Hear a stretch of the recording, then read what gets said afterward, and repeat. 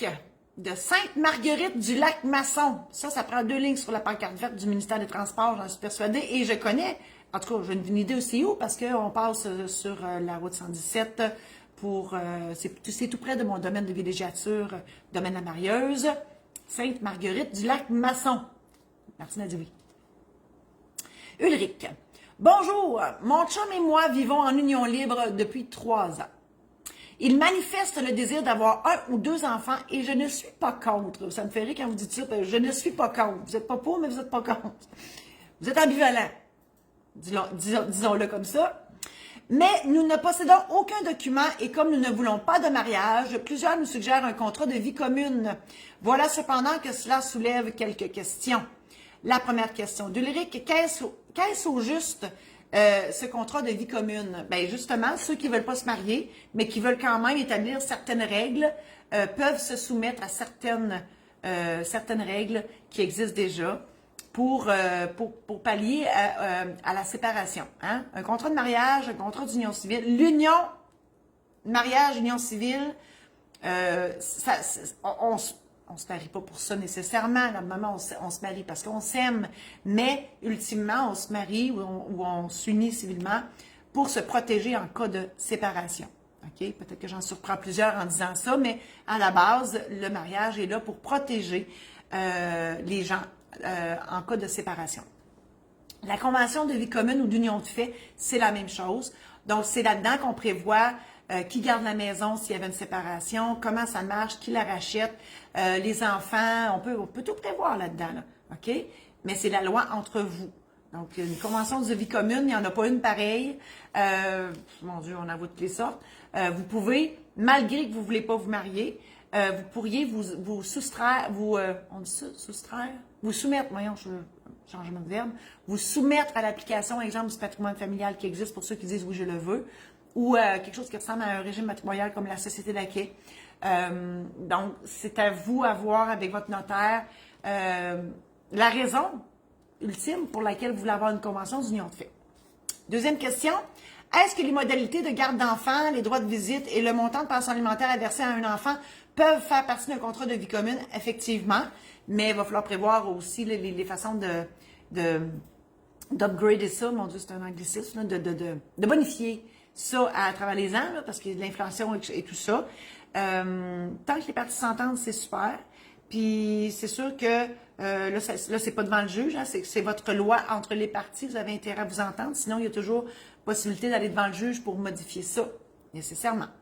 Dernière question, est-ce que la démarche est aussi complexe que le mariage civil? Pas du tout. En fait, je dis pas du tout, c'est pas la même affaire. La convention d'union de fait, on peut jouer au ping-pong longtemps. Moi, j'appelle ça une game de ping-pong. Vous venez me voir, on jase, je comprends votre affaire, les raisons pour lesquelles vous le faites, qu'est-ce que vous voulez protéger, tout ça. Je vous prépare un projet, je vous le soumets, vous le regardez, vous les écrivez dessus, barbouillez, etc. On revient. Vous comprenez qu'on peut faire ça 3-4 fois, là, avant que le contrat soit vraiment à votre goût, là, que j'ai vraiment déterminé, là, saisé. Oh mon Dieu, j'ai tombé dans des anglicismes un matin. Saisé, comment on dit ça en français? Saisé, vous comprenez quand je dis ça, saisé? Encadré, je ne sais pas. J'ai saisi. Mon Dieu, saisi, ça ressemble un peu. Ce que vous vouliez. Voilà pour Ulrich de Sainte-Marguerite du Lac-Masson. Je vous invite à aller visiter mon site internet. J'ai hâte qu'il change. Là. Il est sur le point, mais c'est pas encore prêt. Là. Puis tu sais, là, je suis impatiente, mais ça s'en vient.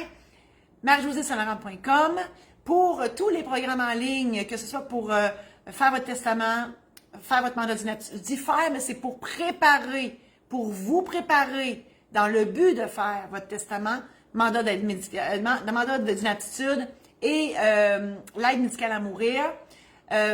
Préparez votre mariage. Si vous êtes liquidateur d'une succession, il y a un programme en ligne qui peut vous accompagner là-dedans.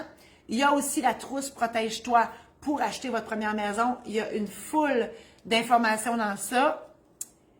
Sur mon site internet de la Maison d'édition Saint-Laurent, il y a, c'est maisondéditionsaint-laurent.com, il y a les aides mémoire. Donc, si vous ne voulez pas avoir le programme en ligne, mais vous voulez avoir quand même l'outil d'aide mémoire, ils sont disponibles aussi. Martine est tout en train de vous mettre les liens.